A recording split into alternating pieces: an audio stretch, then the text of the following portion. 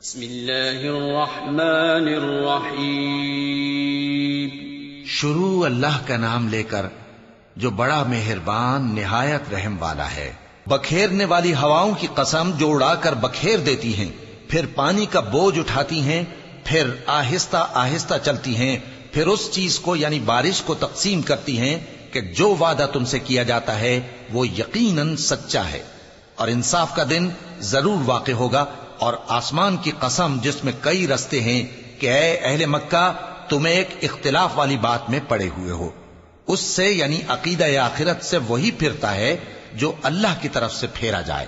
اٹکل دوڑانے والے ہلاک ہوں جو بے خبری میں بھولے ہوئے ہیں. پوچھتے ہیں کہ جزا کا دن کب ہوگا؟ وہ دن ہوگا جب ان کو آگ میں عذاب دیا جائے گا. اب اپنی شرارت کا مزہ چکھو، یہ وہی ہے جس کے لیے تم جلدی مچایا کرتے تھے. بے شک پرہیزگار بہشتوں اور چشموں میں ہوں گے، اور جو جو نعمتیں ان کا پروردگار انہیں دیتا ہوگا انہیں لے رہے ہوں گے. بے شک وہ اس سے پہلے نیکیاں کرتے تھے، رات کے تھوڑے سے حصے میں سوتے تھے اور صبح کے اوقات میں بخشش مانگا کرتے تھے. اور ان کے مال میں مانگنے والوں اور نہ مانگنے والوں دونوں کا حق ہوتا ہے.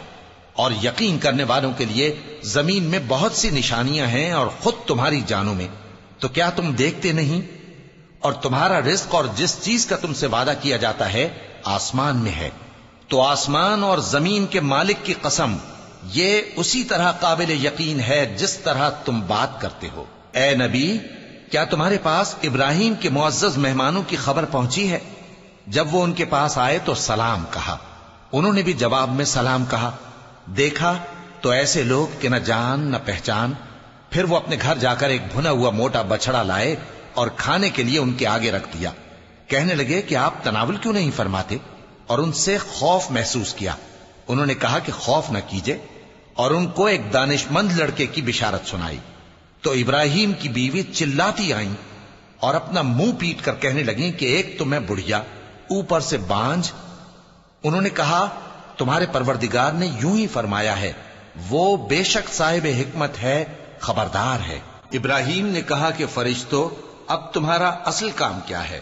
انہوں نے کہا کہ ہم گناہگاروں کی طرف بھیجے گئے ہیں تاکہ ان پر گارے کی پتھریاں برسائیں جن پر حد سے بڑھ جانے والوں کے لیے تمہارے پروردگار کے ہاں سے نشان کر دیے گئے ہیں. پس وہاں جتنے مومن تھے ان کو ہم نے نکال لیا. پھر اس بستی میں ہم نے ایک گھر کے سوا مسلمانوں کا کوئی گھر نہ پایا. اور جو لوگ عذاب علیم سے ڈرتے ہیں ان کے لیے ہم نے وہاں نشانی چھوڑ دی. اور موسیٰ کے حال میں بھی نشانی ہے. جب ہم نے ان کو فرعون کی طرف کھلا ہوا معجزہ دے کر بھیجا تو اس نے اپنی قوت کے گھمنڈ پر منہ موڑ لیا اور کہنے لگا یہ تو جادوگر ہے یا دیوانہ. تو ہم نے اس کو اور اس کے لشکروں کو پکڑ لیا اور ان کو سمندر میں پھینک دیا، اور وہ کام ہی قابل ملامت کرتا تھا. اور عاد کی قوم کے حال میں بھی نشانی ہے. جب ہم نے ان پر نامبارک ہوا چلائی، وہ جس چیز پر چلتی اس کو ریزہ ریزہ کیے بغیر نہ چھوڑتی. اور قوم سمود کے حال میں بھی نشانی ہے. جب ان سے کہا گیا کہ ایک وقت تک فائدہ اٹھا لو، پس انہوں نے اپنے پروردگار کے حکم سے سرکشی کی، سو ان کو کڑک نے آ پکڑا اور وہ دیکھ رہے تھے. پھر وہ نہ تو کھڑے رہنے کی طاقت رکھتے تھے اور نہ مقابلہ کر سکتے تھے. اور اس سے پہلے ہم نوح کی قوم کو ہلاک کر چکے تھے. بے شک وہ نافرمان لوگ تھے. اور آسمان کو ہم ہی نے اپنی قدرت سے بنایا اور ہم کو ہر طرح کی قدرت ہے. اور زمین کو ہم ہی نے بچھایا، تو دیکھو ہم کیا خوب بچھانے والے ہیں. اور ہر چیز کے ہم نے دو دو جوڑے بنائے تاکہ تم نصیحت حاصل کرو. تو تم لوگ اللہ کی طرف دوڑ چلو، میں اس کی طرف سے تم کو صاف صاف خبردار کرنے والا ہوں.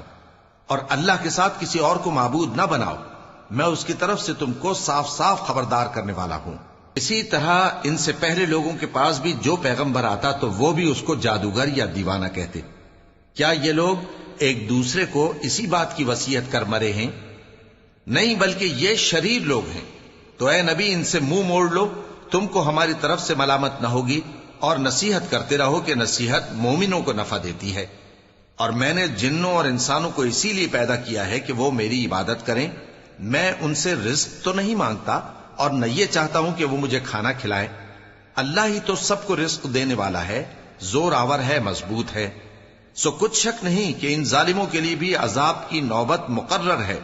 جس طرح ان کے ساتھیوں کی نوبت تھی، تو ان کو مجھ سے عذاب جلدی نہیں طلب کرنا چاہیے، پھر جس دن کا ان کافروں سے وعدہ کیا جاتا ہے اس سے ان کے لیے خرابی ہے۔